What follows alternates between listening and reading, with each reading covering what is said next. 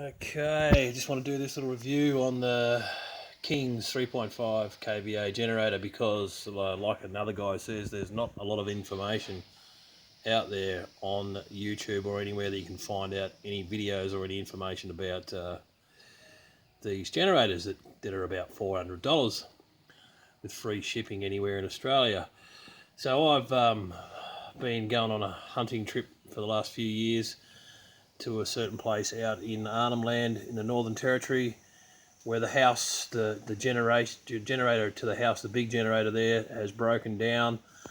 Can't be fixed. I'm not a mechanic, so I wouldn't know how to fix it. And so I thought, bugger this, we need power to the house and we need lights and be able to boil the kettle and have a bit of comfortability because we're way out in the scrub for a change instead of roughing it. So I decided that I would purchase the King's, and this thing ran for about 4 days, sometimes for most of the day. I turned it off for a couple of hours here and there just because, you don't really need to run it all the time.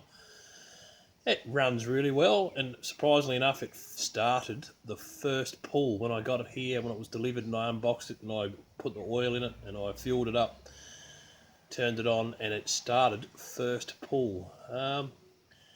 So I'm fairly impressed with it. It's run really good. Has a little bit of a surge cough, like not a cough like it's going to stall, but just a little bit of a surge thing where it changes its pitch for a couple of seconds and then it settles down again. So like that's a bit weird, but all in all, if you're going on a trip like that or you've got a big trip planned and you really want a bit of comfort to go away with, then I can't really fault this thing.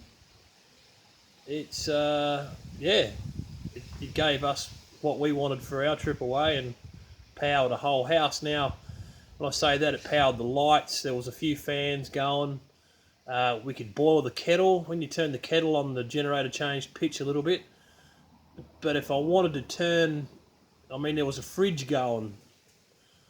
Actually, the fridge didn't work. It was only the freezer part of the fridge, and 2 chest freezers were running, which I didn't realise that at the time. We should have only had one going because we weren't even using one. But if you turned a few too many things on, then the override did kick in. I thought 3.5 kVA would be enough to run everything in a house that you could even possibly think about turning on, but that's not quite the case. But man, it did everything we needed it to do. So give them a go.